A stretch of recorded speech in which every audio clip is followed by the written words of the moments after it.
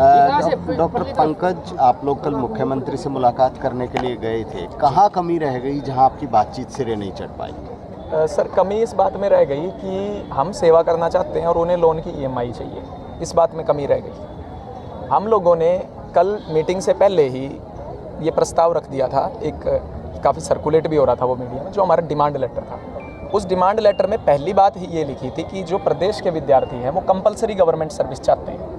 Compulsory government service अर्थात हरियाणा के government medical college से पास आउट होने वाले हर एक स्टूडेंट को 1 वर्ष के लिए जहां भी प्रदेश सरकार डिप्लॉय करना चाहे वहां डिप्लॉय करें। अगर वो स्टूडेंट रिफ्यूज़ करता है तो उससे 10 लाख रुपए की पेनल्टी राशि ली जाए। लेकिन इस प्रस्ताव को सरकार ने ठुकरा दिया। कल मीटिंग के दौरान हमने, क्योंकि हमारे लिए जनहित महत्वपूर्ण है ना कि इनकी ईएमआई चुकाना, हमने इस 1 साल के पीरियड को कल मीटिंग के दौरान 2 वर्ष तक भी हमने वहाँ प्रस्ताव रखा कि कोई बात नहीं, अगर आप 1 साल से सहमत नहीं है तो 2 साल तक हरियाणा के गवर्नमेंट मेडिकल कॉलेज से पास आउट होने वाला हर एक स्टूडेंट 2 साल तक प्रदेश की जनता की सेवा करने के लिए तैयार है। जो इस नौकरी को रिफ्यूज़ करेगा उससे आप पेनल्टी राशि ले लीजिए। वो पेनल्टी राशि भी हमने इनको कहा कोई बात नहीं, अगर आप 10 लाख रुपए पेनल्टी राशि आपको लगता है कि ऐसी एक कम है, आप इसे 15 लाख कर दीजिए। तो ये हमने प्रस्ताव उनके सामने रखा, लेकिन उन्होंने इस चीज़ के लिए क्लियरली मना कर दिया, क्योंकि उनके लिए प्राथमिकता ये नहीं है कि प्रदेश की जनता की सेवा डॉक्टर करें।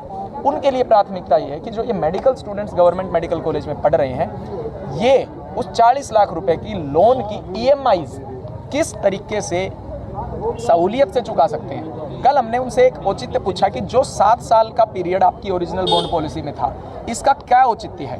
तो इनका रिप्लाई जो मुख्यमंत्री जी और अधिकारीगण का ये था कि 7 साल का औचित्य ये है कि ईएमआई का दबाव ना पड़े, इसलिए लंबा पीरियड रखा। मैं प्रदेश की जनता के सामने ये पक्ष रखना चाहूँगा कि जो 7 साल तक आप ये सोच रहे थे ना कि 7 साल तक ये डॉक्टरों से आप सर्विस करवाना चाहते हैं, ये आपसे सर्विस तो ये हमारे से 1 दिन भी नहीं करवाना चाहते। 7 साल के पीरियड का औचित्य इन्होंने ये दिया है कि आपके ऊपर किस्त का जो भार है वो कम पड़े, क्योंकि ज़्यादा पीरियड होगा तो किस्त कम आएगी।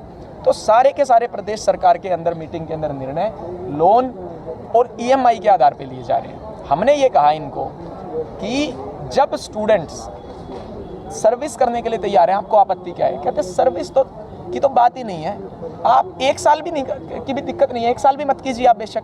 आप हमें जो ये 40 लाख रुपए हम आपसे मांग रहे हैं, ये आप इमीडिएटली दे दीजिए डिग्री कंप्लीट होने के बाद ही, आपको 1 साल भी करने की ज़रूरत नहीं है। तो जनता किस भ्रम में है? ये कोई भी जो है डॉक्टरों की कमी पूरी करने के लिए पॉलिसी नहीं है। हम भी कल बहुत अचंभित हुए थे ये बात सुन के खुद स्वयं मुख्यमंत्री जी से। ये सिर्फ और सिर्फ जो मेडिकल एजुकेशन है स्टेट गवर्नमेंट की कॉलेजेस के अंदर, उसकी फीस 40 लाख रुपए कर दी गई है और अब वो फीस 30 लाख रुपए है कल के निर्णय के बाद। स्टैंड क्या रहेगा अब आगे? देखिए, हमारी जो लड़ाई थी पहले दिन से, वो लड़ाई यही है कि हम काम करने के लिए तैयार हैं, आप हमें नौकरी दीजिए। जो उस नौकरी के लिए रिफ्यूज़ करेगा वो पैसे देगा। अभी तक इस मसले पर कोई समाधान नहीं हुआ है, इसलिए लड़ाई हमारी जारी रहेगी, क्योंकि हमारा जो ऑब्जेक्टिव है वो प्रदेश की जनता की सेवा करना है। हमारा ऑब्जेक्टिव ये नहीं है कि हम इनके 40 लाख रुपए 30 लाख रुपए की लोन की ईएमआईज भरें, क्योंकि हम ऑलरेडी गवर्नमेंट मेडिकल कॉलेज की बढ़ी हुई फीस जो पहले 50 होती थी, हम 80 भर रहे हैं, सेकंड ईयर में 88 भर रहे हैं, थर्ड ईयर में 96 भर रहे हैं, फोर्थ ईयर में 1,06,000 रुपये बढ़ रहे हैं। किसी भी गवर्नमेंट मेडिकल कॉलेजेस में इस तरह स्टेप लेडर पैटर्न में फीस नहीं बढ़ती है, ऐसा प्राइवेट में होता है। स्टूडेंट 2 काम कर सकता है। मैं जनता के नाम ये संदेश, ओपन संदेश है हमारी तरफ से कल की मीटिंग के बाद में, कि हम क्यों ये निर्णय ले रहे हैं लड़ाई जारी रखने का।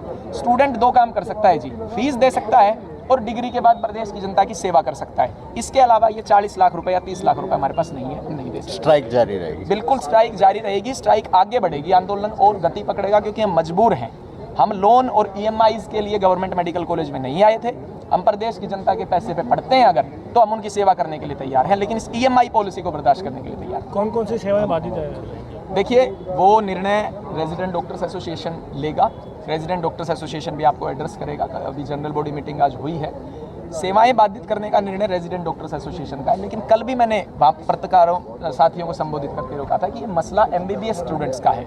इसमें जो लीडरशिप रोल है वो एमबीबीएस स्टूडेंट्स का ही रहेगा। रेजिडेंट डॉक्टर्स एसोसिएशन जो हमारे सीनियर्स हैं वो नैतिकता के तौर पे हमारे साथ हैं, लेकिन आंदोलन की दिशा और दशा एमबीबीएस के यूजी स्टूडेंट्स तय करेंगे जो इस पॉलिसी से प्रभावित हो रहे हैं।